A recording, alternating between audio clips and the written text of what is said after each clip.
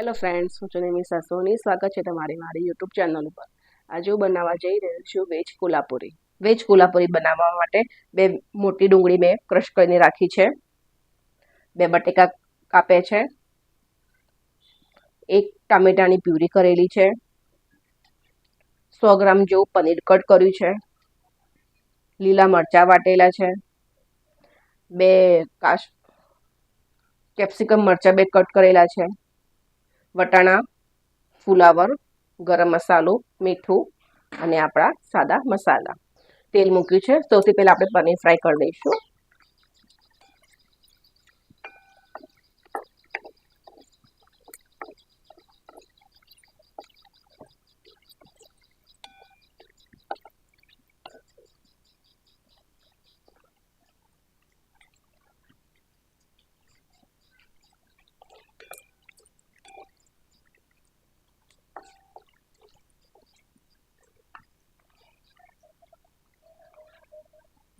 Paneer fry થઈ ગયું છે. અલગ વાસણમાં તેને નીકાળી લઈએ. કેપ્સિકમ પણ ફ્રાય કરી દઈશું.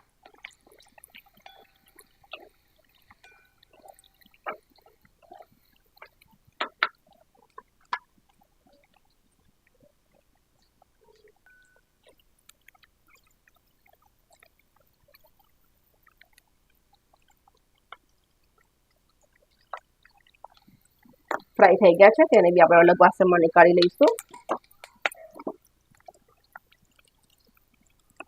ફ્લાવર બી આપણે સાંકળી લઈશું.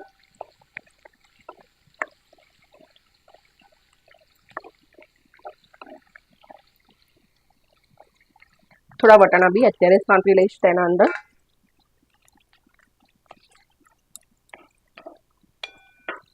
ગેસને ફ્લેમ હાઈ કરું છું.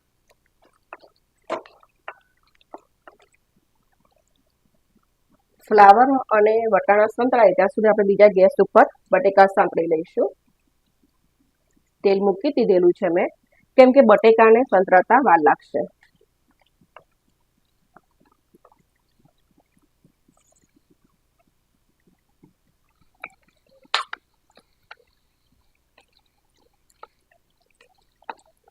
બટેકાને તો આપણે વચ્ચે વચ્ચે ચલાવતા જ રહીશું ફ્રેન્ડ્સ. વટાણા અને ફુલાવર ચડી ગયું છે, આપણું તેલમાં ફ્રાય થઈ ગયું છે. અલગ ડીશમાં નીકાળી લો.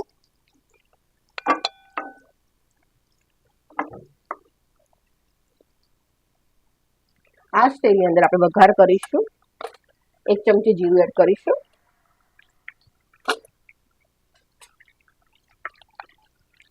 જ્યારે હિંગ એડ કરીશું.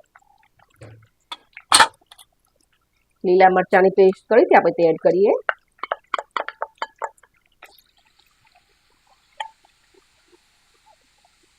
વચ્ચે વચ્ચે બટેકા પણ હલાવતા રહેજો ફ્રેન્ડ.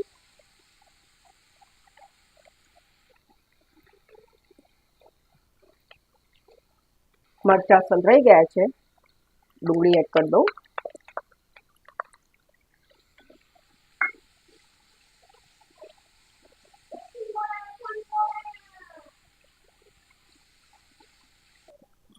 તેના અંદર મસાલા કરીએ.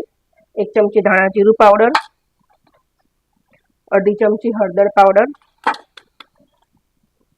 1 ચમચી લાલ મરચું પાવડર, સ્વાદ અનુસાર મીઠું. મિક્સ કરી લઈશું.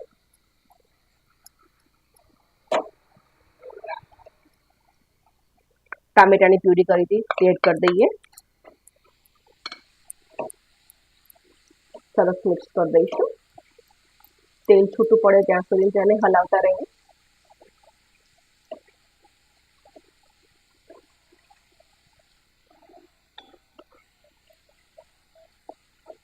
બટેકા સંતળાઈ ગયા છે. ગેસની ફ્લેમ બંધ કરી દઉં છું. પણ આપણે આની અંદર બટેકા અત્યારે રહેવા દઈશું. મસાલા બળે નહીં તે માટે હું 2 ચમચી જેવું પાણી એડ કરું છું. પહેલા પનીર એડ કરીએ.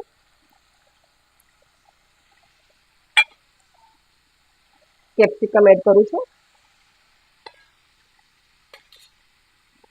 ફ્લાવર અને વટાણા સાંતળેલા તે એડ કરીએ.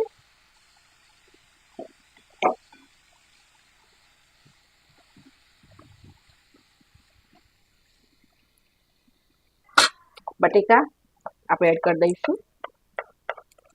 મેં તેલ સાથે બટેકા એડ કરી નાખ્યા હતા ફ્રેન્ડ્સ.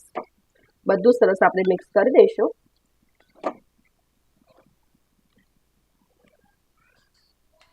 ગરમ મસાલો એડ કરીએ.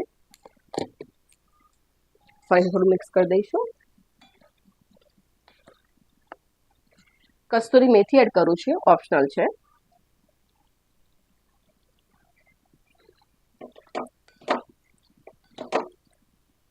આપણા શાકમાંથી તેલ પણ છૂટું પડી ગયું છે ફ્રેન્ડ્સ. રેડી છે આપણું વેજ કોલ્હાપુરી. જો તમને મારી આ રેસીપી ગમી હોય તો મારા કોમેન્ટ સેક્શનમાં જરૂર જણાવજો અને મારી ચેનલને લાઈક અને સબસ્ક્રાઈબ ચોક્કસ કરજો. Thank you for watching.